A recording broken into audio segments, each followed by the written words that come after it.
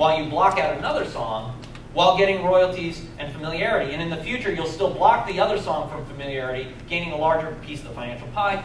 Win-win. So these tricks and a dozen more are ones that I lay out in a book. They're not terribly surprising if all you do is just really think about what the listener is doing, how they're interacting with music so much differently than they did a few years ago, taking into account the vast overload of entertainment options that are available to anyone at a moment's notice. The ADD culture that so many of today's teens and 20-somethings have lived with their entire lives.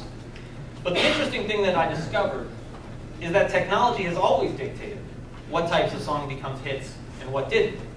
From what was easiest placed on piano rolls, to what plays best over a jukebox, to radio, to iPod. The technical delivery devices for music have nearly everything to do with what becomes a hit.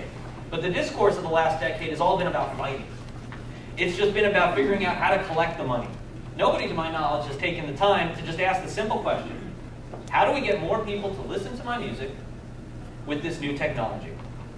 What do I need to do to make my song more effective? This used to be asked all the time.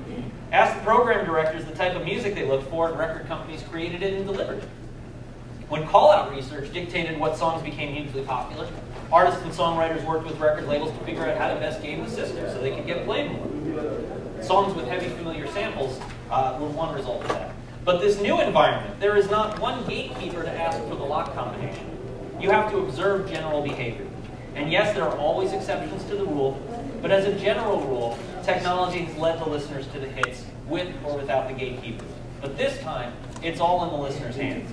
And the more that the artists, songwriters, and producers pay attention to their usage habits, the more likely they're going to be the ones to profit more. And the downturn of music revenues are just going to be a blip on the radar. And maybe, just maybe, we'll get more unique, better, diverse music. We'll spend less money chasing and pushing songs that won't resonate in this environment, making those songs much more profitable for everyone in its wake. And we'll do what we're supposed to do: give the public something that they want. FutureHit.DNA. This is what I call both the book that tackles this subject as well as the ideology behind the blueprints of success. The amazing thing in tackling this subject is that the ideas behind it really aren't new. They just haven't been discussed. Nearly every point I found behind musical consumption today had a technological historical precedent. It's been a personally fascinating journey that I'm thrilled to now share with all of you and the rest of the music community. For I find that if we can all learn from this, it will greatly improve the revenues for everyone. And then we can stop talking about what money is not being earned and focus on what we do best: making great music. FutureHitDNA.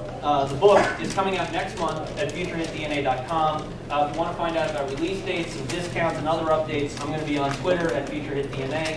Thank you all very much.